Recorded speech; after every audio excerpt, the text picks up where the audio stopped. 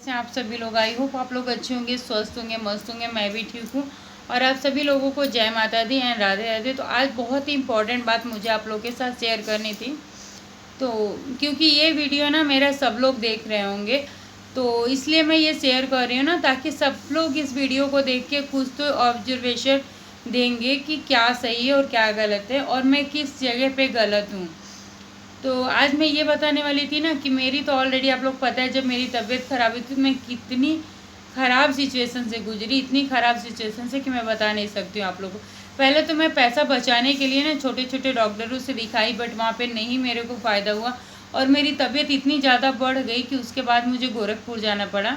गोरखपुर जाने के पहले ना मैंने बहुत सोचा, ऐसा लग रहा था ना मेरे पास कुछ भी पैसे का व्यवस्था नहीं है और मैं कैसे जाऊँगी। और कोई भी ऐसा नहीं था जो मुझे ऐसा बोले कि हाँ हम तुमको पैसा देते हैं, तुम जाओ अपना इलाज करा लो। कोई भी ऐसा बोलने वाला नहीं था। मतलब एकदम मैं फ्रस्ट्रेशन में आ गई थी, क्या करूँ, किस तरह से करूँ, कुछ भी मुझे नहीं समझ में आ रहा था। बट एक होता है ना बैकअप सपोर्ट, कोई तो ऐसा रहता जो बोलता आके कि हाँ तुम जाओ दिखाओ, तुम्हारा ज़िंदा रहना बहुत ज़रूरी है, या तुम हम लोग के लिए इम्पोर्टेंट हो। ऐसा कोई भी निकल के सामने नहीं आया।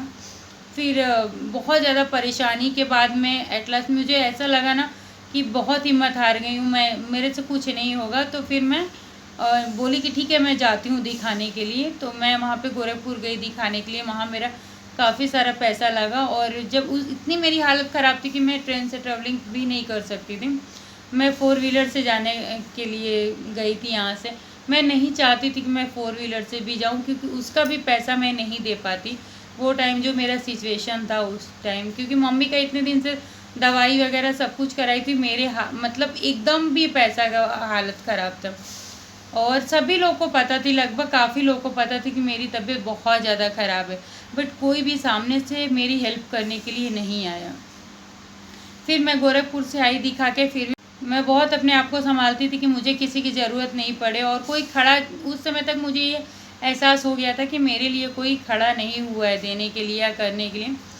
फिर जैसे तैसे मैं करके गोपालगंज गई। वहाँ मैंने सोचा चलो मैं ठीक हो जाऊँगी तो देखूँगी आगे करके, क्योंकि एक बच्चा है, मैं खुद के लिए से ज़्यादा अपने बच्चे के लिए फ़िक्र करने लगी। फिर मैं गई गोपालगंज, वहाँ जाके मेरे को थोड़ा सा रिलीफ हुआ और वहाँ भी जो टेस्ट वगैरह हुआ उसमें काफ़ी पैसे लगे। तो कुल टोटल जो मेरा जब से तबीयत ख़राब हुई और जब से ठीक हुई, ये सब में मेरा 40 से 50 हज़ार रुपये आराम से लग गया।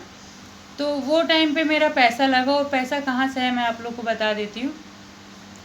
वो जो भी पैसे मेरे दवाई में लगे ना, वो सब मैंने कर्जे लिए हैं। मतलब एक एक रुपये जो होता है ना वो मैंने अरेंज किया और अरेंज करके मैं पैसा ली। और उतनी ज़्यादा बीमारी की हालत में, उतनी ज़्यादा मेरी कंडीशन ख़राब होने की हालत में भी सारा पैसा मैंने खुद से अरेंज किया और खुद से मैंने लिया। कि जिससे भी लिया वो कह के लिया कि मुझे आप लोग दीजिए, मैं देखूँगी, मेरे पास जैसे ही पैसा आ जाएगा मैं आपको दे दूँगी। लेकिन मुझे ये नहीं पता था कि मेरे पास पैसा आएगा तो कहाँ से आएगा।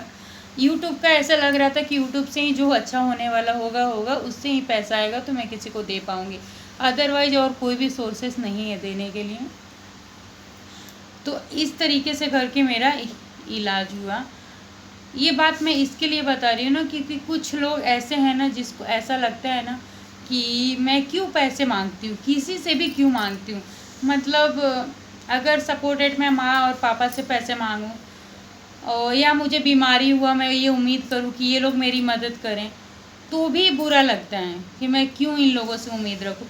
क्योंकि मेरी हो चुकी है शादी, तो मेरा मायके से मांगने का कोई हक रहा ही नहीं है। बारी आई मेरी ससुराल की कि मैं उन लोगों से मांगूं, तो उन लोगों का तो बिल्कुल साफ सीधा जवाब है, वो लोग का तो देना है ही नहीं। 1 रुपए की भी मतलब मेरे में लग जाए और वो लोग दे दें, ऐसा हो ही नहीं सकता, ऐसा है। तो मेरे पास ये दोनों ऑप्शन जो है ना वो ख़त्म हो चुके हैं। तो मुझे खुद से ही ऐसा लगता है कि मैं क्या जल्दी से कुछ कर लूँ जिससे मैं अपना कुछ जिम्मेदारी है, कुछ खर्चा है वो उठा लूँ। और अभी तक मेरे ऊपर ऐसी सिचुएशन कभी नहीं आई थी जब ऐसा हुआ हो कि मैं खुद इतना ज़्यादा बीमार पड़ गई हूँ कि मेरे पास कोई रास्ता नहीं। देखिए, आप खुद से ठीक रहेंगे, स्टेबल रहेंगे तो आप कुछ भी कर सकते हैं, 2 पैसा कहीं से भी ला सकते हैं, तब जाके आपके में लग सकता है। बट अगर आप ठीक नहीं हो ना, तो आपको कोई भी हेल्प करने के लिए तैयार नहीं रहेगा। अगर मायके अच्छा है, मायके में को ऐसा लग रहा है मायके में कि आप उनके लिए इम्पोर्टेंस हो, तो ही वो आप में पैसा इन्वेस्ट करेंगे, नहीं तो नहीं करेंगे। वो लोग तो नहीं करना चाहेंगे, इसलिए नहीं करना चाहेंगे क्योंकि शादी हो गई है, आप उनके घर के हो नहीं। आप अगर ज़िंदा हो तो भी कोई उनका भला नहीं होने वाला, और आप मर गए तो भी उनका कुछ भला नहीं होने वाला। रही बात ससुराल की, तो वो ससुराल वालों के ऊपर डिपेंड है कि वो कितना आपके लिए खड़े रहें। अगर अच्छा ससुराल होगा तो वो आपके लिए खड़ा रहेगा, वो समझेगा कि मेरी फैमिली का हिस्सा है, मेरे परिवार का हिस्सा है, तो मुझे इसके लिए करना चाहिए। अगर अच्छे नहीं होंगे तो वो पूरी अपने घर के, अपने परिवार के सबकी जिम्मेदारी उठा लेंगे, लेकिन आपकी जिम्मेदारी नहीं उठाएंगे। राइट, सबका जिम्मेदारी उठ जाएगा, सब परिवार लेके चल देंगे लो, लेकिन आपकी जिम्मेदारी लेके कोई नहीं उठाएगा। तो ये एक्चुअली ये चीज़ इसलिए मैं बता रही हूँ ना, क्योंकि बहुत लोगों को ऐसा भी लगता है ना कि इनको कोई ज़रूरत ही नहीं होगी, या इनको क्यों देना चाहिए। तो सामने वालों को ये सोचना चाहिए कि शादी के बाद जो लड़की का हक होता है ना, वो ससुराल में ही ज़्यादा अच्छे से होता है, मायके में नहीं होता है। और बहुत कम ऐसे मायके वाले होते हैं जो कि समझेंगे कि ससुराल वाला नहीं दे रहा, नहीं कर रहा, तो हमें इसके लिए खड़ा रहना है। क्योंकि जो कुछ भी हमने किया है ना, अच्छा या बुरा, वो खुद हमने ही किया है, इसने खुद से नहीं किया है।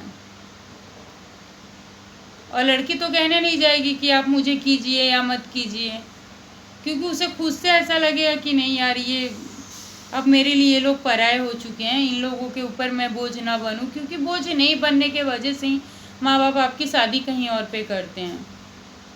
तो लड़की मेरे जैसी तो लड़की होगी तो माँ बाप से या अपने मायके वालों से 1 रुपये की भी उम्मीद नहीं रखेगी। अच्छा, और ससुराल वाले से आप नहीं मांग रहे हैं तो उन्हें ये चीज़ होनी चाहिए, उनके अंदर इंसानियत होनी चाहिए, उनके अंदर अपनापन होना चाहिए, हमदर्दी होना चाहिए कि वो लोग आपको दे दें, आपके सुख दुख में खड़े हों। ठीक है, आपको नहीं कुछ कर सकते, एटलीस्ट आप जहाँ पे मर रहे हो, मुसीबत में, वहाँ तो उनको ला के देना चाहिए। 5,000 नहीं दे सकते हो, 2,000 3,000 तो दे सकते हो ना, थोड़े बहुत तो आप हेल्प कर सकते हो। तो आप हेल्प के नाम पे कुछ हेल्प नहीं करोगे और अपने आप को दिखाओगे कि हम बहुत बड़े हैं, मतलब बहुत अच्छे हैं। किस लिए ये अच्छाई, किस लिए आपके पास इतना पैसा रहे कि क्या फ़ायदा, कि आपके घर की फैमिली का कोई ऐसा इंसान जो इतना परेशान है, इतना दुखी है, उसके लिए आप नहीं खड़े हो पा रहे हो। तो और अगर सामने वाला मांग दिया, सामने वाला अगर उम्मीद दिखा दिया कि यार, तो उसके ऊपर 100 आरोप खड़े हो जाएंगे कि क्यों वो मांग रहा है। मतलब एक लड़की का अपने ससुराल में हक जताना, ससुराल वालों से उम्मीद करना, ये सबसे बड़ा मुझे लगता है गलत काम है। जो चीज़ मैंने ऑब्जर्व किया है वही चीज़ आपको बता रही हूँ। मतलब मेरे हिसाब से नहीं लगता है कि लड़की कुछ गलत कर रही है अगर अपने ससुराल वाले से कुछ उम्मीद कर रही है। कुछ चाहती है कि वो लोग उसके सुख दुख में खड़े हों, उसको कम से कम जहाँ उसकी ज़रूरत हो, जहाँ उसकी रिक्वायरमेंट हो, वहाँ पे उसको पूरी की जाए। लेकिन उन लोगों को ये चीज़ लगेगा कि आप क्यों उनसे मांग रहे हैं, क्यों उनसे कर रहे हैं, आप मत मांगिए, मत कहिए। तो लड़की करेगी तो क्या करेगी, मैं आप लोग से क्वेश्चन करना चाहती हूँ। तब तो यही हुआ ना कि मायके वाले करें ना और ससुराल वाले करें ना, और सबसे अच्छा काम एक ही लड़की के पास बनता है, उठाओ जहर की पुड़िया और खा लो और ख़त्म हो जाओ। यही होना चाहिए ना, क्योंकि उसके पास जब कोई ऑप्शन नहीं बचेगा तो वो क्या करेगी। और यहाँ पे काफ़ी लोग मेरी वीडियो देख रहे होंगे ना, इसलिए मैं ये बात कह रही हूँ, क्योंकि एटलीस्ट आप लोग उस बात को समझेंगे कि क्या ऐसा, मतलब जो अपने हैं उनसे ही कोई उम्मीद लगा सकता है ना, बाहरी वालों से तो उम्मीद नहीं लगाएगा। और सामने वाला कहेगा आपको कब ज़रूरत पड़ी मैं नहीं खड़ा हुआ। यार आप अपने मन से कभी तो खड़े हुए होते तो सामने वाला दिखता, कहता हाँ भाई आप खड़े हुए हो, मेरे इस दुख सुख में खड़े हुए हैं। आप कभी खड़े नहीं हुए, कभी वो किसी चीज़ के लिए किए नहीं आके, और फिर भी आपको कि यार हमको ऐसा कहा जाता है। ठीक है, कोई बात नहीं, आज का जो ब्लॉग है वो यहीं पे हम एंड करेंगे, ज़्यादा ब्लॉग को लंबा नहीं करेंगे, तो मेरा माइंड भी इस समय काफ़ी टेंशन में है। और नेक्स्ट ब्लॉग में आप लोग को बताएंगे कि आज हमने किस सिचुएशन में क्या क्या किया है और बहुत ही आज का जो डे था ना, बहुत ही ज़्यादा मेरे लिए क्रिटिकल था, जो मैं कल आपको ब्लॉग में बताऊंगी। बहुत हार्ड डे होता है ना, वैसा था मेरा का। पूरा दिन बहुत ही खतरनाक था। चलिए मिलते हैं आपसे नेक्स्ट ब्लॉग में, तब तक के लिए bye, take care, good night. Blog अच्छा लगता हो please like share and subscribe जरूर करके जाइएगा।